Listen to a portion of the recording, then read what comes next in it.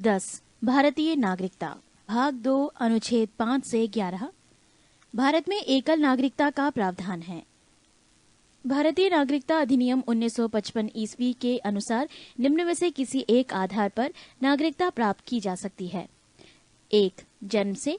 प्रत्येक व्यक्ति जिसका जन्म संविधान लागू होने अर्थात 26 जनवरी 1950 ईस्वी को या उसके पश्चात भारत में हुआ हो, वो जन्म से भारत का नागरिक होगा। अपवाद राजनयिकों के बच्चे, विदेशियों के बच्चे। 2. वंश परंपरा द्वारा नागरिकता। भारत के बाहर अन्य देश में 26 जनवरी 1950 ईस्वी पश्चात जन्म लेने वाला व्यक्ति भारत का नागरिक माना जाएगा यदि उसके जन्म के समय माता पिता में से कोई भारत का नागरिक हो। नोट: माता की नागरिकता के आधार पर विदेश में जन्म लेने वाले व्यक्ति को नागरिकता प्रदान करने का प्रावधान नागरिकता संशोधन अधिनियम 1992 ईस्वी द्वारा किया गया है। 3. देशीयकरण द्वारा नागरिकता। भारत सरकार के देशीयकरण का प्रमाण पत्र प्राप्त कर भारत की नागरिकता प्राप्त की जा सकती है। 4. पंजीकरण द्वारा नागरिकता। निम्नलिखित वर्गों में आने वाले लोग पंजीकरण के द्वारा भारत की नागरिकता प्राप्त कर सकते हैं। 1. वो व्यक्ति जो पंजीकरण प्रार्थना पत्र देने की तिथि से 6 माह पूर्व से भारत में रह रहे हों। 2. वो भारतीय जो अविभाज्य भारत से बाहर किसी देश में निवास कर रहे हों। 3. वो स्त्रियां जो भारतीयों से विवाह कर चुकी हैं या भविष्य में विवाह करेंगी। 4. भारतीय नागरिकों से के नाबालिग बच्चे। 5. राष्ट्रमंडलीय देशों के नागरिक जो भारत में रहते हों या भारत सरकार की नौकरी कर रहे हों, आवेदन पत्र देकर भारत की नागरिकता प्राप्त कर सकते हैं। 5. भूमि विस्तार द्वारा। यदि किसी नए भूभाग को भारत में शामिल किया जाता है तो उस क्षेत्र में निवास करने वाले व्यक्तियों को स्वतः भारत की नागरिकता प्राप्त हो जाती है।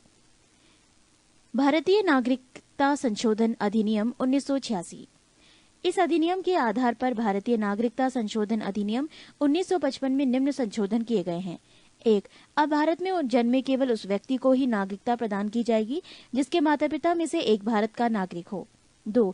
जो व्यक्ति पंजीकरण के माध्यम से भारतीय नागरिकता प्राप्त करना चाहते हैं उन्हें अब भारत में कम से कम 5 वर्षों तक निवास करना होगा। पहले ये अवधि 6 माह थी। 3. देशीयकरण द्वारा नागरिकता तभी प्रदान की जाएगी जबकि संबंधित व्यक्ति कम से कम 10 वर्षों तक भारत में रह चुका हो। पहले यह अवधि 5 वर्ष थी। नागरिकता संशोधन अधिनियम 1986 जम्मू कश्मीर व असम सहित भारत के सभी राज्यों पर लागू होगा। भारतीय नागरिकता का अंत। भारतीय नागरिकता का अंत निम्न प्रकार से हो सकता है। 1. नागरिकता का परित्याग करने से। 2. किसी अन्य देश की नागरिकता स्वीकार कर लेने पर। 3. सरकार द्वारा नागरिकता छीनने पर। नोट: जम्मू कश्मीर राज्य के विधानमंडल को निम्न विषयों के संबंध में राज्य में स्थायी रूप से निवास करने वाले व्यक्तियों को अधिकार तथा विशेष अधिकार प्रदान करने की शक्ति प्रदान की गई है। 1. राज्य के अधीन नियोजन के संबंध में। 2. राज्य में अचल संपत्ति के अर्जन के संबंध में। 3. राज्य में स्थायी रूप से बस जाने के संबंध में। 4. छात्रवृत्तियां अथवा इसी प्रकार की सहायता जो राज्य सरकार प्रदान करे। पृष्ठ 194। 11. मौलिक अधिकार। इसे संयुक्त राज्य अमेरिका के संविधान से लिया गया है। इसका वर्णन संविधान के भाग 3 में अनुच्छेद 12 से अनुच्छेद 35 है। संविधान के भाग 3 को भारत का अधिकार पत्र मैग्ना कार्टा कहा जाता है। इसे मूल अधिकारों का जन्मदाता भी कहा जाता है। मौलिक अधिकारों में संशोधन हो सकता है एवं राष्ट्रीय आपात के दौरान अनुच्छेद 352 जीवन एवं व्यक्तिगत स्वतंत्रता के अधिकार को छोड़कर अन्य मौलिक अधिकारों को स्थगित किया जा सकता है। मूल संविधान में 7 मौलिक अधिकार थे, लेकिन 44वें संविधान संशोधन 1979 ईस्वी के द्वारा संपत्ति का अधिकार अनुच्छेद 31 एवं 19 का को मौलिक अधिकार की सूची से हटाकर इसे संविधान के अनुच्छेद 300A के अंतर्गत कानूनी अधिकार के रूप में रखा गया है। नोट: 1931 ईस्वी में कराची अधिवेशन अध्यक्ष सरदार वल्लभ भाई पटेल में कांग्रेस ने घोषणा पत्र में मूल अधिकारों की मांग की। मूल अधिकारों का प्रारूप जवाहरलाल नेहरू ने बनाया था। मूल अधिकार। 1. समता या समानता का अधिकार अनुच्छेद 14 से 18। 2. स्वतंत्रता का अधिकार अनुच्छेद 19 से 22। 3. शोषण के विरुद्ध अधिकार अनुच्छेद 23 से 24। 4. धार्मिक स्वतंत्रता का अधिकार अनुच्छेद 25 से 28। 5. संस्कृति और शिक्षा संबंधी अधिकार अनुच्छेद 29 से 30। 6. संवैधानिक उपचारों का अधिकार अनुच्छेद 32। 1. समता या समानता का अधिकार अनुच्छेद 14 विधि के समक्ष समता। इसका अर्थ यह है कि राज्य सभी व्यक्तियों के लिए एक समान कानून बनाएगा तथा उन पर एक समान लागू करेगा। अनुच्छेद 15 धर्म, नस्ल, जाति, लिंग या जन्म स्थान के आधार पर भेदभाव का निषेध। राज्य के द्वारा धर्म, मूल वंश, जाति, लिंग एवं जन्म स्थान आदि के आधार पर नागरिकों के प्रति जीवन के किसी भी क्षेत्र में भेदभाव नहीं किया जाएगा। अनुच्छेद 16 लोक नियोजन के विषय में अवसर की समता। राज्य के अधीन किसी पद पर नियोजन या नियुक्ति से संबंधित विषयों में सभी नागरिकों के लिए अवसर की समानता होगी। अपवाद अनुसूचित जाति, अनुसूचित जनजाति एवं पिछड़ा वर्ग। अनुच्छेद 17 अस्पृश्यता का अंत। अस्पृश्यता के उन्मूलन के लिए इसे दंडनीय अपराध घोषित किया गया है। अनुच्छेद 18 उपाधियों का अंत। सेना या विधा संबंधी सम्मान के सिवाय अन्य कोई भी उपाधि राज्य द्वारा प्रदान नहीं की जाएगी। भारत का कोई नागरिक किसी अन्य देश से बिना राष्ट्रपति की आज्ञा के कोई उपाधि स्वीकार नहीं कर सकता है। 2 स्वतंत्रता का अधिकार। अनुच्छेद 19 मूल संविधान में 7 तरह की स्वतंत्रता का उल्लेख था, अब सिर्फ 6 हैं। 19A बोलने की स्वतंत्रता। 19B शांतिपूर्वक बिना हथियारों के एकत्रित होने और सभा करने की स्वतंत्रता। 19C संघ बनाने की स्वतंत्रता। 19D देश के किसी भी क्षेत्र में आवागमन की स्वतंत्रता। 19E देश के किसी भी क्षेत्र में निवास करने और बसने की स्वतंत्रता। अपवाद जम्मू कश्मीर। 19F संपत्ति का अधिकार। 44वां संविधान संशोधन 1979 के द्वारा हटा दिया गया। 19G कोई भी व्यापार एवं जीविका चलाने की स्वतंत्रता। नोट प्रेस की स्वतंत्रता का वर्णन अनुच्छेद 19A में ही है, पृष्ठ 195। अनुच्छेद 20 अपराधों के लिए दोष सिद्धि के संबंध में संरक्षण। इसके तहत 3 प्रकार की स्वतंत्रता का वर्णन है। 1 किसी भी व्यक्ति को एक अपराध के लिए सिर्फ एक बार सजा मिलेगी। 2 अपराध करने के समय जो कानून है उसी के तहत सजा मिलेगी, ना कि पहले और बाद में बनने वाले कानून के तहत। 3 किसी भी व्यक्ति को स्वयं के विरुद्ध न्यायालय में गवाही देने के लिए बाध्य नहीं किया जाएगा। अनुच्छेद 21 प्राण एवं दैहिक स्वतंत्रता का संरक्षण। किसी भी व्यक्ति को विधि द्वारा संस्थापित प्रक्रिया के अतिरिक्त उसके जीवन और व्यक्तित्व स्वतंत्रता के अधिकार से वंचित नहीं किया जा सकता है। अनुच्छेद 21 का राज्य 6 से 14 वर्ष के आयु के समस्त बच्चों को ऐसे ढंग से जैसा कि राज्य विधि द्वारा अवधारित करे निःशुल्क तथा अनिवार्य शिक्षा उपलब्ध करेगा। 86वां संशोधन 2002 के द्वारा। अनुच्छेद 22 कुछ दशाओं में गिरफ्तारी और निरोध में संरक्षण। अगर किसी भी व्यक्ति को मनमाने ढंग से हिरासत में ले लिया गया हो तो उसे 3 प्रकार की स्वतंत्रता प्रदान की गई है।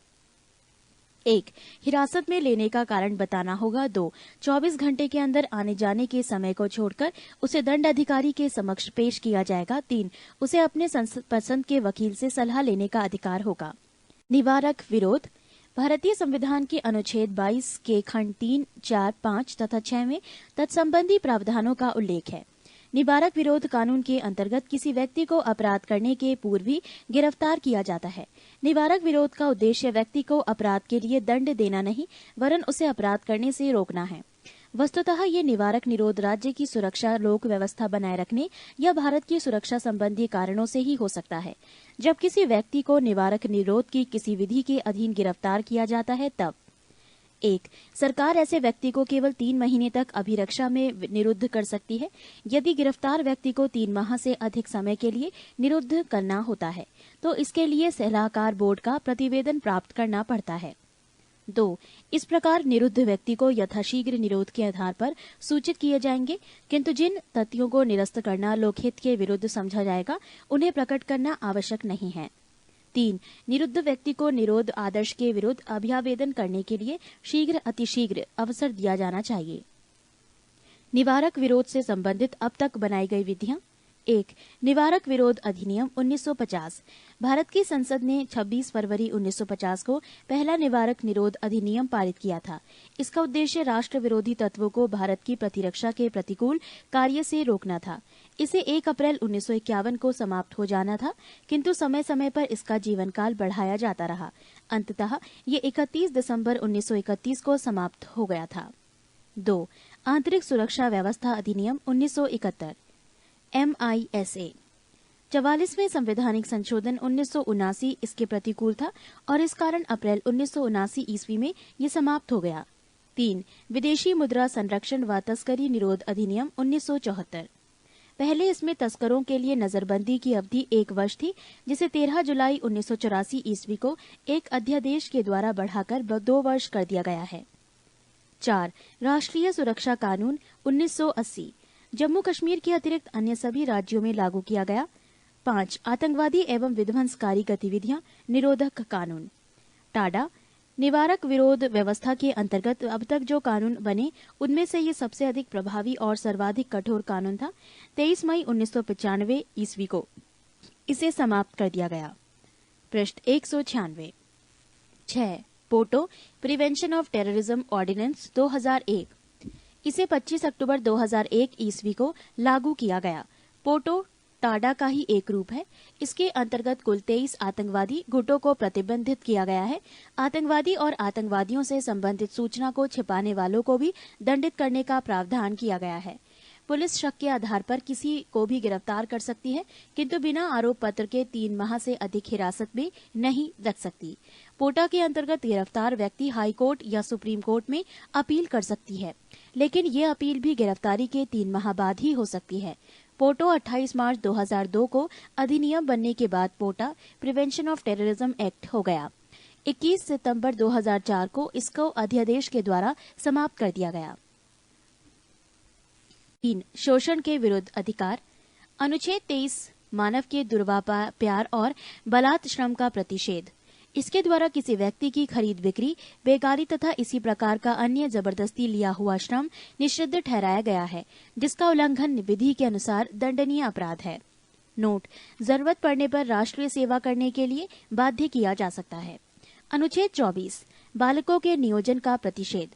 14 वर्ष से कम आयु वाले किसी बच्चे को कारखानों, खानों या अन्य किसी जोखिम भरे काम पर नियुक्त नहीं किया जा सकता है। 4. धार्मिक स्वतंत्रता का अधिकार। अनुच्छेद 25 अंतःकरण की और धर्म के अबाध रूप से मानने, आचरण और प्रचार करने की स्वतंत्रता। कोई भी व्यक्ति किसी भी धर्म को मान सकता है और उसका प्रचार प्रसार कर सकता है। अनुच्छेद 26 धार्मिक कार्यों के प्रबंध की स्वतंत्रता। व्यक्ति को अपने धर्म के लिए संस्थाओं की स्थापना व पोषण करने, विधि सम्मत संपत्ति के अर्जन, स्वामित्व व प्रशासन का अधिकार है। अनुच्छेद 27 राज्य किसी भी व्यक्ति को ऐसे कर देने के लिए बाध्य नहीं कर सकता है जिसकी आय किसी विशेष धर्म अथवा धार्मिक संप्रदाय की उन्नति या पोषण में व्यय करने के लिए विशेष रूप से निश्चित कर दी गई है। अनुच्छेद 28 राज्य विधि से पूर्णतः पोषित किसी शिक्षा संस्था में कोई धार्मिक शिक्षा नहीं दी जाएगी। ऐसे शिक्षण संस्थान अपने विद्यार्थियों को किसी धार्मिक अनुष्ठान में भाग लेने या किसी धर्मोपदेश को बलात् सुनने हेतु बाध्य नहीं कर सकते।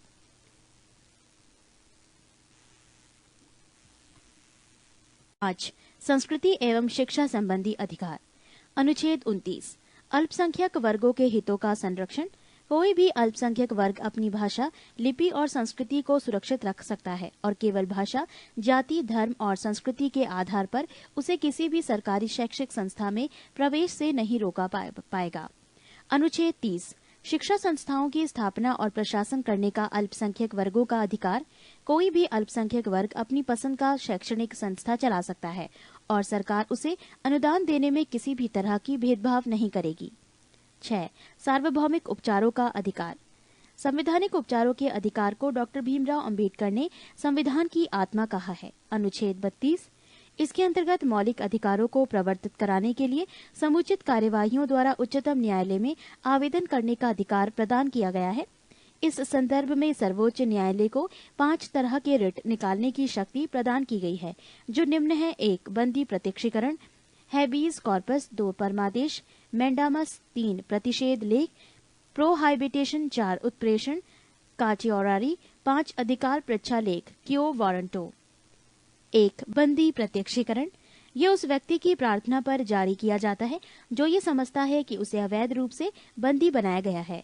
इसके द्वारा न्यायालय बंदीकरण करने वाले अधिकारी को आदेश देता है कि वो बंदी बनाए गए व्यक्ति को निश्चित स्थान और निश्चित समय के अंदर उपस्थित करे, जिससे न्यायालय बंदी बनाए जाने के कारणों पर विचार कर सके। पृष्ठ 197। 2. परमादेश। परमादेश का लेख उस समय जारी किया जाता है जब कोई पदाधिकारी अपने सार्वजनिक कर्तव्य का निर्वाह नहीं करता।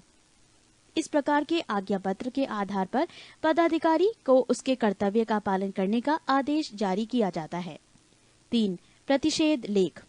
ये आज्ञा पत्र सर्वोच्च न्यायालय तथा उच्च न्यायालयों द्वारा निम्न न्यायालयों तथा अर्ध न्यायिक न्यायाधिकरणों को जारी करते हुए आदेश दिया जाता है कि इस मामले में अपने यहाँ कार्यवाही न करें, क्योंकि ये मामला उनके अधिकार क्षेत्र के बाहर है। 4. उत्प्रेषण। उसके द्वारा अधीनस्थ न्यायालयों की ये निर्देश दिया जाता है कि वो अपने पास लंबित मुकदमों के न्याय निर्णय के लिए उसे वरिष्ठ न्यायालय को भेजें। 5. अधिकार पृच्छा लेख। जब कोई व्यक्ति ऐसे पदाधिकारी के रूप में कार्य करने लगता है जिसके रूप में कार्य करने का उसे वैधानिक रूप से अधिकार नहीं है, तो न्यायालय अधिकार परीक्षा के आदेश के द्वारा उस व्यक्ति से पूछता है कि वो किस अधिकार से कार्य कर रहा है, और जब तक वो इस बात का संतोषजनक उत्तर नहीं देता वो कार्य नहीं कर सकता है।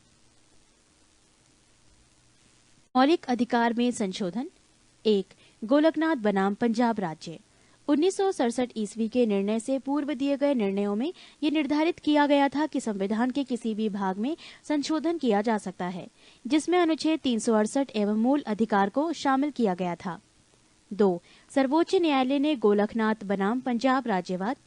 1967 ईस्वी के निर्णय में अनुच्छेद 368 में निर्धारित प्रक्रिया के माध्यम से मूल अधिकारों में संशोधन पर रोक लगा दी, अर्थात संसद मूल अधिकारों में संशोधन नहीं कर सकती है। 3. 24वें संविधान संशोधन 1971 ईस्वी द्वारा अनुच्छेद 13 और 368 में संशोधन किया गया तथा ये निर्धारित किया गया कि अनुच्छेद 368 में दी गई प्रक्रिया द्वारा मूल अधिकारों में संशोधन किया जा सकता है। 4.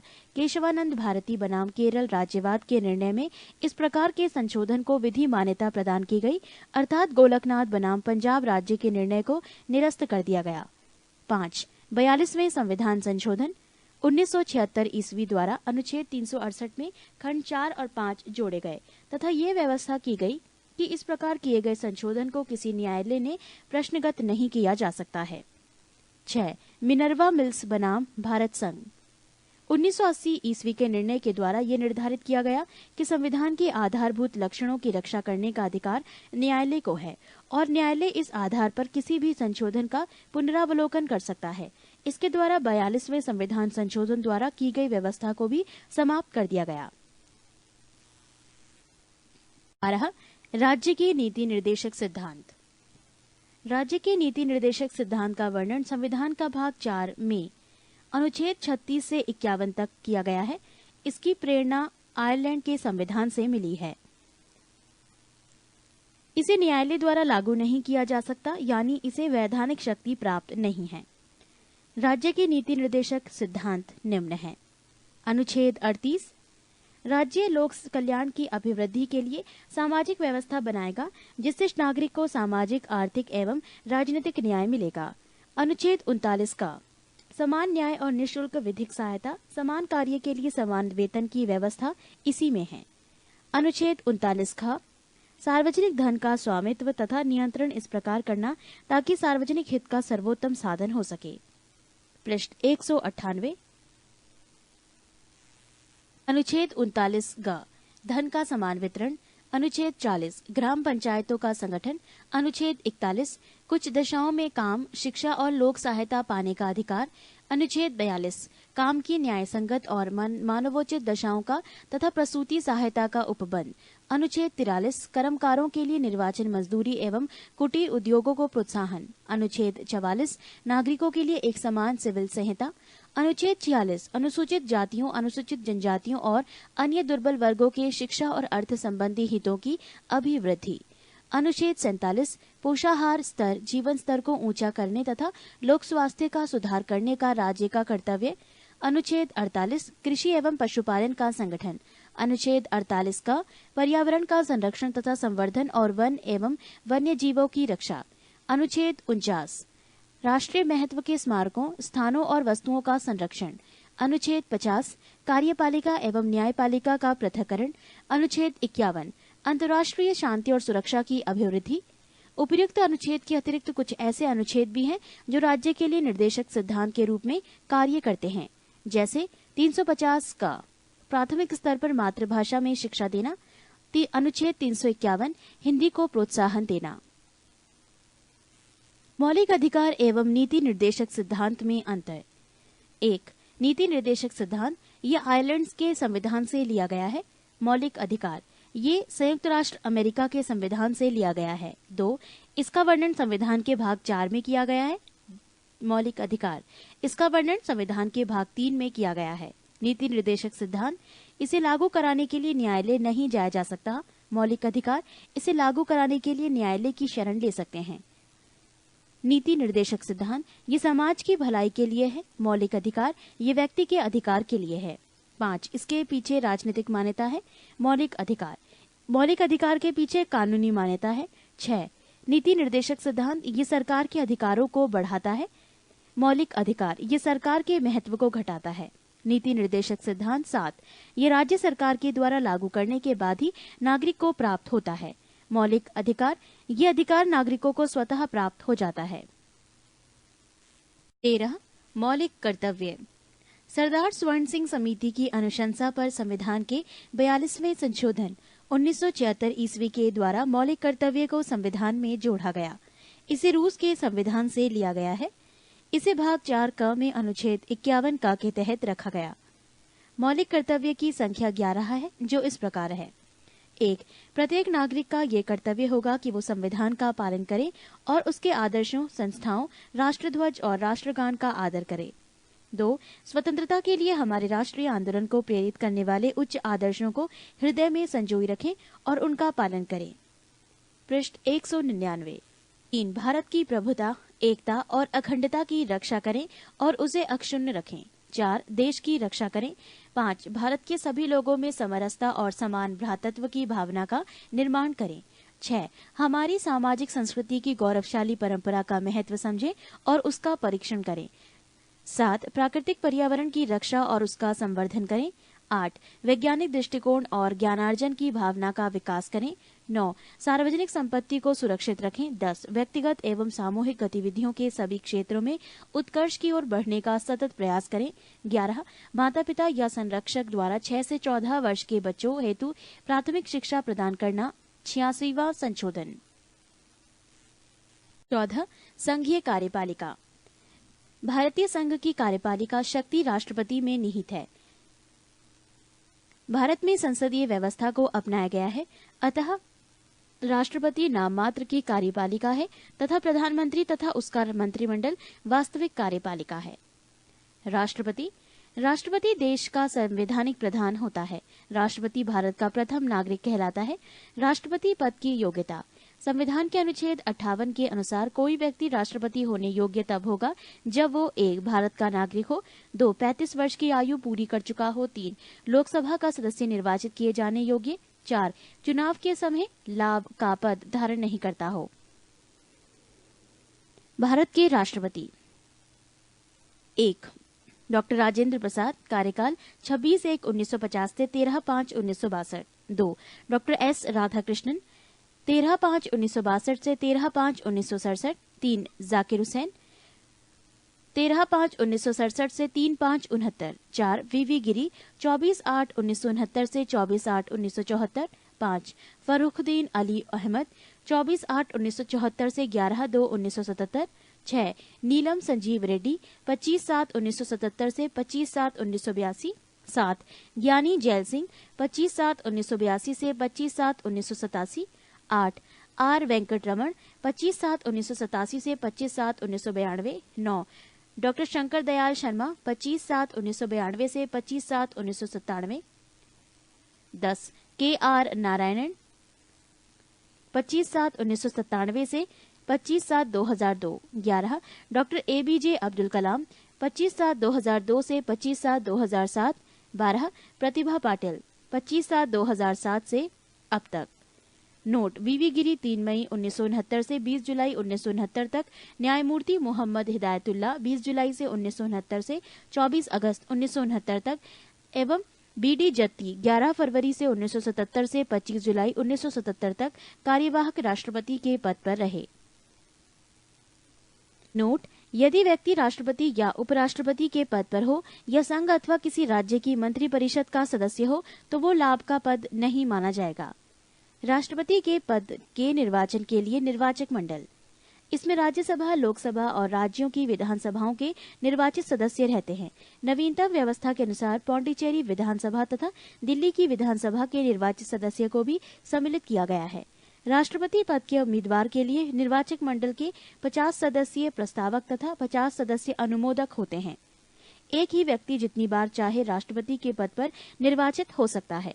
राष्ट्रपति का निर्वाचन समानुपातिक प्रतिनिधित्व प्रणाली और एकल संक्रमणीय मत पद्धति के द्वारा होता है। पृष्ठ 200। राष्ट्रपति के निर्वाचन से संबंधित विवादों का निपटारा उच्चतम न्यायालय द्वारा किया जाता है। निर्वाचन अवैध घोषित होने पर उसके द्वारा किए गए कार्य अवैध नहीं होते हैं। राष्ट्रपति अपने पद ग्रहण की तिथि से 5 वर्ष की अवधि तक पद धारण करेगा। अपने पद की समाप्ति के बाद भी वो पद पर तब तक बना रहेगा जब तक उसका उत्तराधिकारी पद ग्रहण नहीं कर लेता है। पद धारण करने से पूर्व राष्ट्रपति को एक निर्धारित प्रपत्र पर भारत के मुख्य न्यायाधीश अथवा उनकी अनुपस्थिति में उच्चतम न्यायालय के वरिष्ठतम न्यायाधीश के सम्मुख शपथ लेनी पड़ती है। राष्ट्रपति निम्न दशाओं में 5 वर्ष से पहले भी पद त्याग सकता है। 1. उपराष्ट्रपति को संबोधित अपने त्यागपत्र द्वारा। 2. महाभियोग द्वारा हटाए जाने पर अनुच्छेद 56 एवं 61। महाभियोग के लिए केवल एक ही आधार है जो अनुच्छेद 61(1) में उल्लिखित है, वो है संविधान का अतिक्रमण। राष्ट्रपति पर महाभियोग। राष्ट्रपति द्वारा संविधान के प्रावधानों के उल्लंघन पर संसद के किसी सदन द्वारा उस पर महाभियोग लगाया जा सकता है, परंतु इसके लिए आवश्यक है कि राष्ट्रपति को 14 दिन पहले लिखित सूचना दी जाए जिस पर उस सदन के 1/4 सदस्यों के हस्ताक्षर हों। संसद के उस सदन जिसमें महाभियोग का प्रस्ताव पेश है के 2/3 सदस्यों द्वारा पारित कर देने पर प्रस्ताव दूसरे सदन में जाएगा। तब दूसरा सदन राष्ट्रपति पर लगाए गए आरोपों की जांच करेगा या कराएगा और ऐसी जांच में राष्ट्रपति के ऊपर लगाए गए आरोपों को सिद्ध करने वाला प्रस्ताव 2/3 बहुमत से पारित हो जाता है। तब राष्ट्रपति पर महाभियोग की प्रक्रिया पूरी समझी जाएगी और उसी तिथि से राष्ट्रपति को पदत्याग करना होगा। राष्ट्रपति की रिक्ति को 6 महीने के अंदर भरना होता है। जब राष्ट्रपति पद की रिक्ति पदावधि 5 वर्ष को समाप्ति से हुई है तो निर्वाचन पदावधि की समाप्ति के पहले ही कर लिया जाएगा। अनुच्छेद 62(1)। किंतु यदि उसे पूरा करने में कोई विलंब हो जाता है तो राज अंतराल न होने पाए, इसीलिए ये उपबंध है कि राष्ट्रपति अपने पद की अवधि समाप्त हो जाने पर भी तब तक पद पर बना रहेगा जब तक उसका उत्तराधिकारी पद धारण नहीं कर लेता है। अनुच्छेद 51(1) ग। तभी ऐसी दशा में उपराष्ट्रपति राष्ट्रपति के रूप में कार्य नहीं कर सकेगा। राष्ट्रपति के वेतन एवं भत्ते। राष्ट्रपति का मासिक वेतन 1.5 लाख रुपया है। राष्ट्रपति का वेतन आयकर से मुक्त होता है। राष्ट्रपति को निःशुल्क निवास स्थान व संसद द्वारा स्वीकृत अन्य भत्ते प्राप्त होते हैं। राष्ट्रपति के कार्यकाल के दौरान उनके वेतन तथा भत्ते में किसी प्रकार की कमी नहीं की जा सकती है। राष्ट्रपति के लिए 9 लाख रुपये वार्षिक पेंशन निर्धारित किया गया है।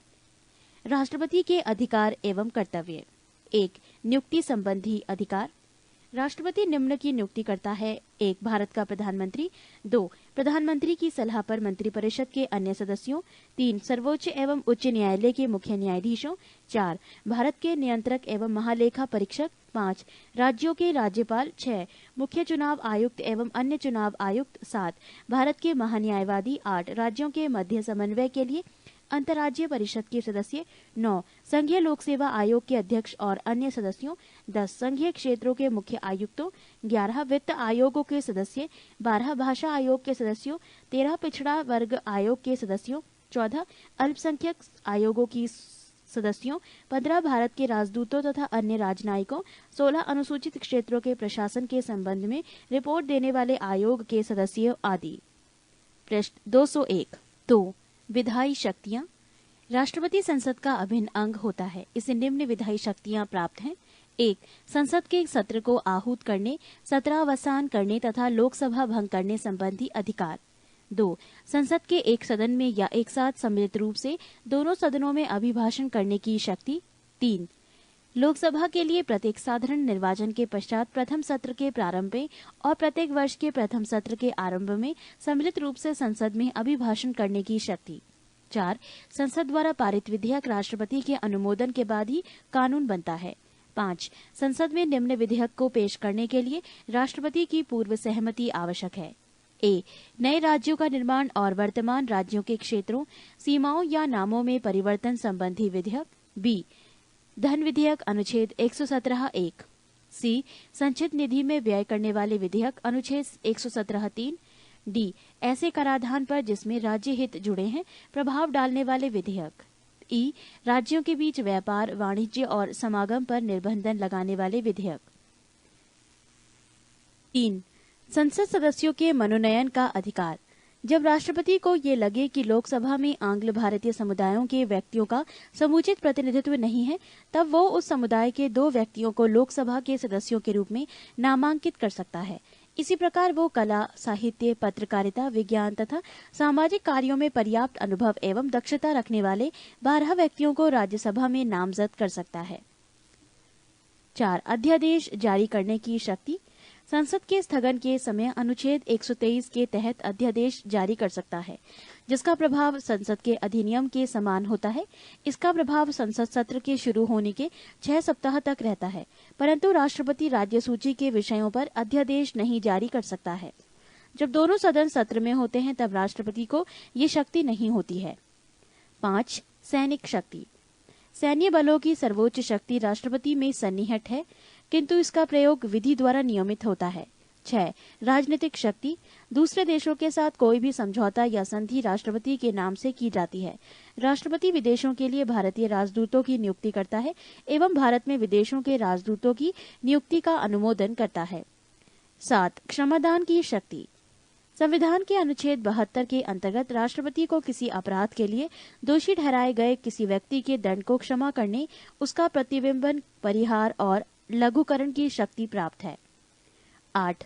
राष्ट्रपति की आपातकालीन शक्तियां। आपातकाल से संबंधित उपबंध भारतीय संविधान के भाग 18 के अनुच्छेद 352 से 360 के अंतर्गत मिलता है। मंत्रिपरिषद के परामर्श से राष्ट्रपति 3 प्रकार के आपात लागू कर सकता है। ए. युद्ध या बाह्य आक्रमण या सशस्त्र विद्रोह के कारण लगाया गया आपात, अनुच्छेद 352। बी. राज्यों में सांविधिक तंत्र के विफल होने से उत्पन्न आयात, अनुच्छेद 356 अर्थात राष्ट्रपति शासन। सी. वित्तीय आपात, अनुच्छेद 360, न्यूनतम अवधि 2 माह। 9. राष्ट्रपति किसी सार्वजनिक महत्व के प्रश्न पर उच्चतम न्यायालय से अनुच्छेद 143 के अधीन परामर्श ले सकता है, लेकिन वो ये परामर्श मानने के लिए बाध्य नहीं है। पृष्ठ 202। 10. राष्ट्रपति की किसी विधेयक पर अनुमति देने या न देने के निर्णय लेने की सीमा का अभाव होने के कारण राष्ट्रपति जेबी वीटो का प्रयोग कर सकता है, क्योंकि अनुच्छेद 111 केवल ये कहता है कि यदि राष्ट्रपति विधेयक लौटाना चाहता है तो विधेयक को उसे प्रस्तुत किए जाने के बाद यथाशीघ्र लौटा देगा। जेबी वीटो शक्ति का प्रयोग का उदाहरण है 1986 ईस्वी में संसद द्वारा पारित भारतीय डाकघर संशोधन विधेयक, जिस पर तत्कालीन राष्ट्रपति ज्ञानी जैल सिंह ने कोई निर्णय नहीं लिया। डॉक्टर राजेंद्र प्रसाद भारत के प्रथम राष्ट्रपति थे। वो लगातार 2 बार राष्ट्रपति निर्वाचित हुए। डॉक्टर एस राधाकृष्णन लगातार 2 बार उपराष्ट्रपति तथा 1 बार राष्ट्रपति रहे। केवल वीवी गिरी के निर्वाचन के समय दूसरे चक्र की मतगणना करनी पड़ी। केवल नीलम संजीव रेड्डी ऐसे राष्ट्रपति हुए जो 1 बार चुनाव में हार गए, फिर बाद में निर्विरोध राष्ट्रपति निर्वाचित हुए। भारत की प्रथम महिला राष्ट्रपति प्रतिभा देवी सिंह पाटिल है।